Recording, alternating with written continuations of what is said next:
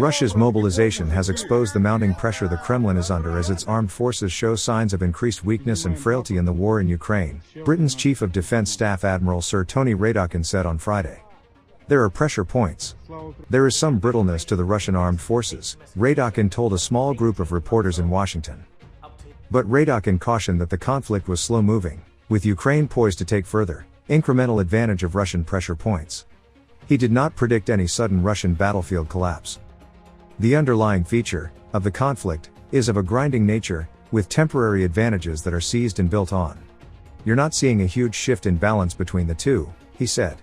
His comments came shortly after Russian President Vladimir Putin on Friday delivered a 37-minute anti-Western diatribe in Moscow before signing documents to annex 4 regions of Ukraine, an act denounced as illegal by Ukraine, the United States, the European Union and the head of the United Nations.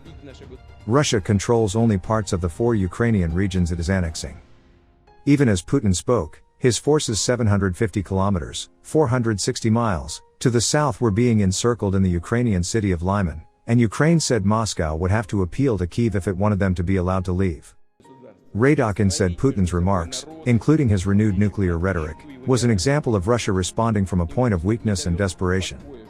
And the rhetoric gets more and more reckless, he said. Ukraine, which carried out a lightning counteroffensive this month, reclaiming swaths of the Kharkiv region, still had more opportunities in the northeast and in the east of the country, he said. Asked whether Russian mobilization has had any impact on its armed forces in Ukraine, Radakin said, in a military or a tactical sense, none whatsoever. It's revealed the pressure that Russia is under, Radakin said, adding that mobilized Russian forces were being asked to come with bandages and winter gear. I don't think that mobilization, done in such a cack-handed and amateurish and shocking way, instills much fear in the Ukrainian armed forces, he said. And if anything, it adds to Ukraine's motivation that they're being successful.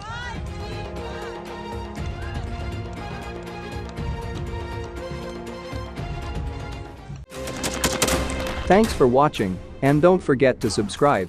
Also, if you want to support Warthog Defense, please become our member and get early access to new videos, exclusive members-only videos, and become administrator in comment section. The membership link is in the description. Rescues every day. We had a guy last week at 6 rescues in 6 days. You know, he's doing the job every day.